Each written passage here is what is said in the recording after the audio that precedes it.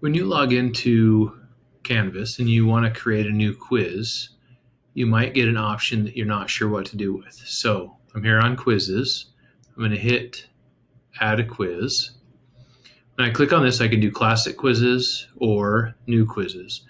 So new quizzes are in the beta stage, which means they're working on it. And eventually next year, they're going to phase out classic quizzes, and your only option will be new quizzes. So let me show you some of the features of new quizzes. So we hit submit, and it'll load your quiz. Now, in the past, on the top of quizzes, it would say question or details, mastery path, questions. See how there's no questions? What you need to do is you need to give it a name,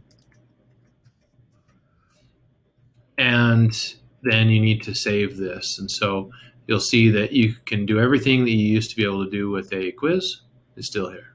So now I'm going to hit save. And now it'll take me to the page where I can create questions. You can still pull from the question bank. You can still put questions into a question bank. But we're going to go here, and this is the instruction for your quizzes.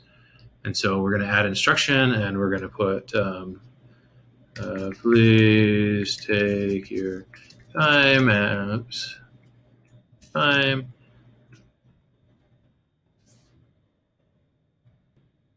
Okay, so please take your time and do the best that you can. We'll hit done. Okay, we're going to add a question. So you have more questions. Different ones that you have from the classic quiz is that you have matching, you have hotspot, and you have ordering. And so those are ones that you didn't have before, but now you do with new quizzes. The other one is stimulus. And so what this will be is you could have this connected to 4 questions. And so like in math, you could have, here's your graph, and then you could have 4 questions related to your graph. Or in language arts, you could have, here's your story, and then you can have questions, as many questions as you need to related to that story. And so then you only have to put that stimulus in one time. So let's just do a fill in the blank, and a multiple answer. And so now it's the same thing. Here's the title of your quiz. Here's the top of your quiz. Here's your question. And then you can put in your answers in there. You can show an on-screen calculator. You can shuffle your choices. So you have some options aligned to outcomes. Now, this is the other thing, is that with our bells or with your standards, you can put your standards in here, and then you can attach your standards to each question. And then in the reports, it'll show you over time how they're doing according to each one of the standards. Okay, so that's on your settings. You have a few more settings. Shuffle question and shuffle answers you've always had. One question at a time you've always had. When you turn that on, you can allow backtracking, meaning they can do 1, 2, 3, 4. Oh, wait, I want to go back to number 2. Or you can turn it off. So once they're done with that question, they can't go back to that question. Requires a student access code. That's for the whole quiz. You can set time limits. Now, one nice thing about this is that with your time limits, you can exclude certain students from time limits, and I'll show you that in a little bit. Filter your IP address. That means they can only take it at certain locations. Allow calculator, allow multiple attempts, and restrict student view results. That means that they cannot see their results as soon as they're done. But that's in settings. In reports, you have quiz item analysis. So you can see how well your whole class did on it. You can see how well they did on each question. And then outcomes analysis. If you have your standards in there, it will show you how well they did on each one of the standards.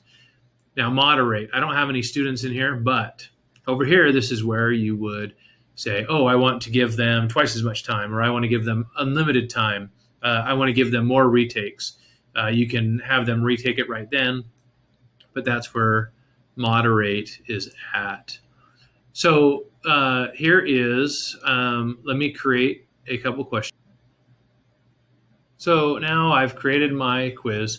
There's questions in there. I want to add it to my module. Now with a new quiz, you cannot add it to your module from here. You have to, in quizzes, you can do a new quiz, but it will not be a new quiz. I hate the title of their new quizzes because what's going to happen 3 years from now when they make changes? What are they going to call it? New quizzes?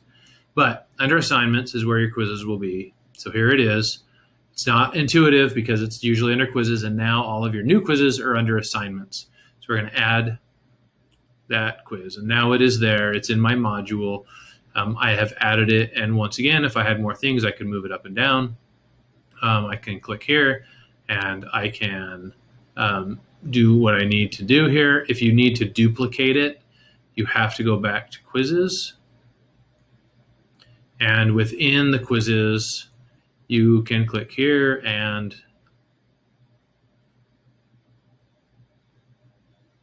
now you can duplicate that quiz, which would make sense if you're going to do a beginning of unit pre-test and a post-test at the end of the unit. So that is the new feature of quizzes.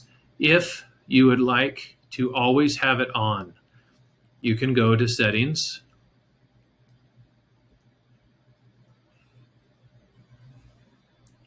and here at the end under feature options, you have the option.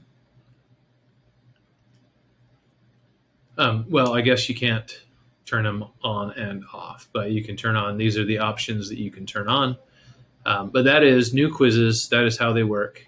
Hope you enjoy using them.